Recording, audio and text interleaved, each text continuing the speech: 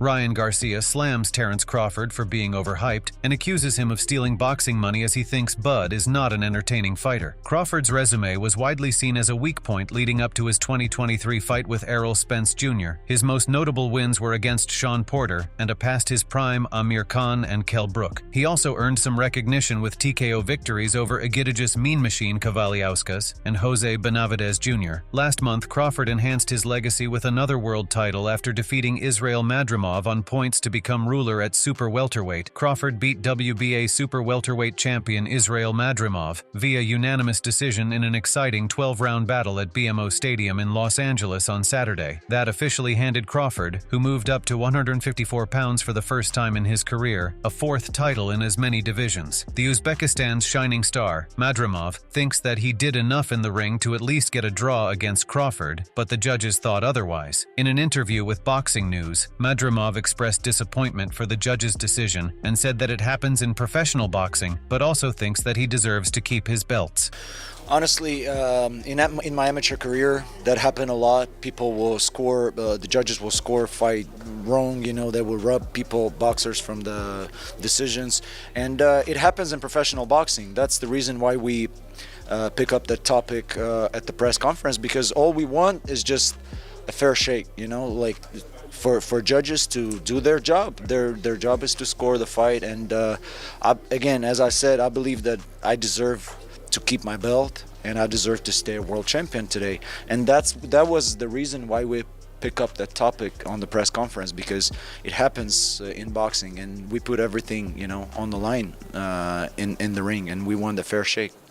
Madrimov felt he showed enough in the fight to deserve a rematch with Crawford. Speaking through an interpreter, the 29-year-old was pleased with his performance over the 12 rounds and is excited about the chance to fight Crawford again. Madrimov said, "I fought the best pound-for-pound fighter in the world, and I believe I did enough because I'm a champion. I was defending the belt. I was controlling the rhythm and felt very comfortable inside the ring. I felt I did very well. I felt that I at least deserved a rematch, and if His Excellency Turki Alalshik can make it happen, then let's go." Madrimov's trainer Joel Diaz also thinks that the judges and system are corrupt. He believes that it was not a fair fight for Madrimov and said that Madrimov entered the ring as a champion and did everything he was required to do. You wouldn't even want to be in there because I don't think this is fair.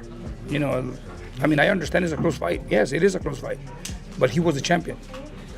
He walked in the ring as a champion and did everything he needed to do to win the fight. Close fight.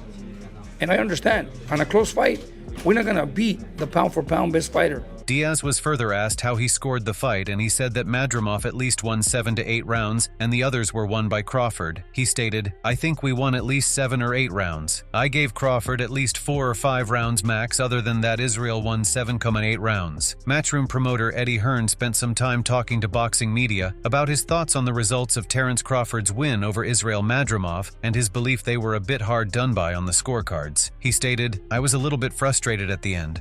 I thought it was actually 2 116 and 112s. I don't see how you can only give Madrimov 4 rounds in that fight. 115, 113 is a close fight. I have to be honest, after 10 rounds I was convinced we were up, and it's an argument as to whether Crawford won 11. He definitely won 12. And you saw the way he came out in the 12th because they told him I was right in the corner. They knew they had to win that last round. They knew how close that fight was." Hearn further said, "I was just a bit frustrated that it was a split or we didn't get a little bit more respect. One of the judges had Crawford winning the last 4 rounds and the first 4 rounds, and I just don't see that." At that time, Ryan Garcia followed the action closely, and he believed that Madrimov had done enough to collect the win, but he had a funny feeling about the result. As he expressed, "They will take it from Madrimov if this ain't a close fight in the scorecards, y'all."